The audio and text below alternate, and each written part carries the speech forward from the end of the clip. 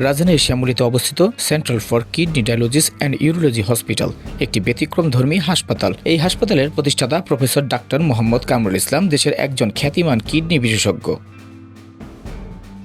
তিনি শুধু একজন চিকিৎসক নন, একজন মানবিক মানুষ হিসেবেও পরিচিত। হাজারও বেশি কিডনি প্রতিস্থাপন করেছেন তিনি, অনেক ক্ষেত্রেই কোনো পারিশ্রমিক ছাড়াই। চিকিৎসা বিজ্ঞানের অনন্য অবদানের জন্য পেয়েছেন দেশের সর্বোচ্চ বেসামরিক সম্মান স্বাধীনতা পদক। যেখানে দেশের কিডনি প্রতিস্থাপনের খরচ হয় লাখ লাখ টাকা, সেখানে তার প্রতিষ্ঠানে স্বল্প খরচে করা হয় এই জটিল চিকিৎসা। কিন্তু এমন একটি মানবিক প্রতিষ্ঠানও রেহাই পায়নি চাঁদাবাজদের হাত থেকে।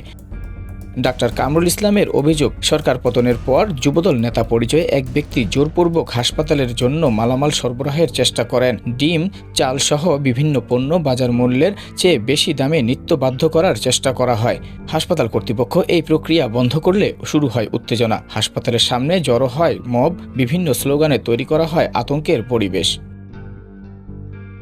এর আগেও গত 29শে মার্চ কর্মচারীদের হুমকি দেয় অভিযুক্ত লোকজন। পরিস্থিতি এমন পর্যায়ে পৌঁছায় যে শেষ পর্যন্ত থানায় সাধারণ ডায়েরি করতে বাধ্য হয় কর্তৃপক্ষ। পরে আইনশৃঙ্খলা বাহিনী ও স্থানীয় নেতাদের হস্তক্ষেপে পরিস্থিতি নিয়ন্ত্রণে আসে। এদিকে জীবন বাঁচানোই লড়াই, অন্যদিকে চাঁদাবাজির চাপ।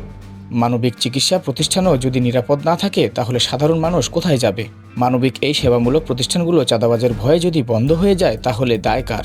এই ঘটনায় দোষীদের শাস্তি হওয়া উচিত বলে আপনি কি মনে করেন? জীবন বাঁচানোর জায়গা যদি নিরাপদ না হয়, তাহলে আমরা কোথায় যাব? এই ঘটনা শুধু একটি হাসপাতালে নয়, এটি আমাদের সবার নিরাপত্তার প্রশ্ন। সোনালী নিউজ, জুবায়ের আলম, ঢাকা।